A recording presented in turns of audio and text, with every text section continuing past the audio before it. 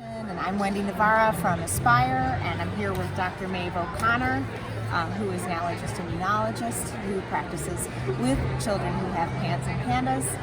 And Dr. O'Connor, we had some questions for you. Sure. What is it that a parent can do to prepare for an appointment with an immunologist? Well, the first thing I'll say is be prepared to be there a while, because those appointments take a long time. You can make it a little bit more streamlined by bringing all of the past medical records. I ask all of my patients to send them ahead of time so that I can review them, but then I also ask for a hard copy. And this is going to sound very simple, but organizing that binder in a way chronologically and by sections. And what I mean by that is the first moment you notice something was wrong, tell the story. Then I want the story before anything was wrong. So I want like a written dialogue of everything that has happened with the child. Then I would like any lab results that have been done, chronological order, any radiology, MRIs, anything like that, by specialty. So if you've seen a pediatrician, if you've seen a neurologist, all in order in a nice binder. It makes life so much easier for the immunologist who's trying to, we usually get called last, which I believe is a mistake.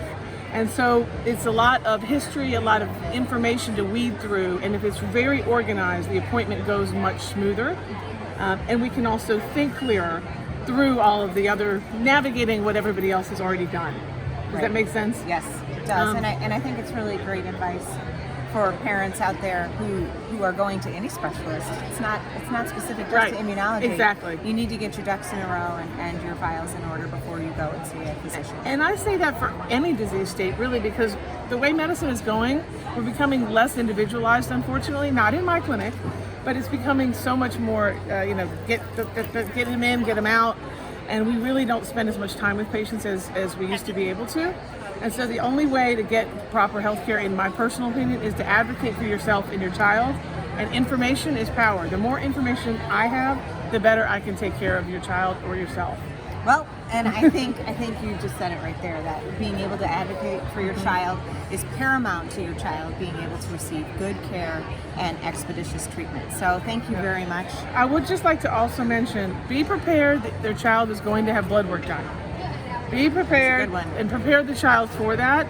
I know that obviously these children have a lot of anxiety already, but it's somehow letting them know that it's not that the doctor's not bad because they want the blood. They want the blood so they can help.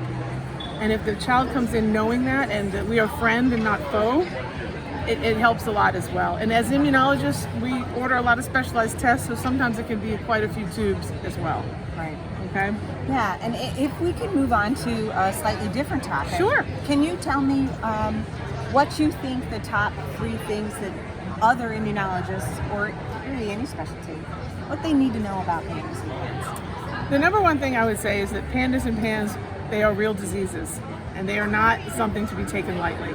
That's the number one thing I would say. There's still some, unfortunately, I would have to use the word ignorance out there amongst physicians, amongst healthcare providers, that this disease is not real, and it is. The other thing I would say is that there are treatment options out there that do work, and I would like to educate all healthcare providers on those type of treatments.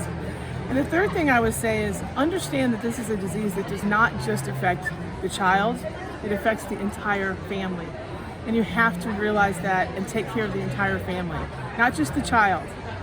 And one other thing, my fourth point would be, don't forget that the child is also the patient, and to talk to the patient. A lot of times I'll start speaking to the child and the mom will interrupt me, or the dad will interrupt me, or the grandmother will interrupt, and I'll say, I'm gonna listen to you, but I'd like to speak to John because John's the patient. So don't forget that element as well. Right. I think those are very good tips for all doctors to hear, especially to include that child in the process. Right. Because they've heard the story, they know what's going on, and they're tired of hearing the story, and they're tired of being talked about. They want to sometimes be talked to. And you know what? There's one other thing I'd like to add. Great. And this is just from another parent's perspective, right? But that PANDAS and PANS is not just happening to young children. Right, I was just about to say the same thing. It's happening to young adults in our community. It's happening to even some of us parents in our community. I mean, we're going to see, I think, that the genetics are there. And so I think that's a very important point. treat the whole person. Right, Treat the whole person. and don't only look for it in children. That is true. I've had parents come to me thinking I may have had pandas my whole life. My latest patient that I just saw, I saw a 23-year-old, new diagnosis, and I saw an even older man who came to see me recently. So we call it pandas pans now. We're still looking for a new name, but obviously it's autoimmune, post-infectious encephalopathy, and it can affect all. That's a great point. Thank you so much. Oh, you're for so being welcome. Here. It's been Absolutely. great to have you at our booth and Thank you for having educating me. so many physicians today. Thanks.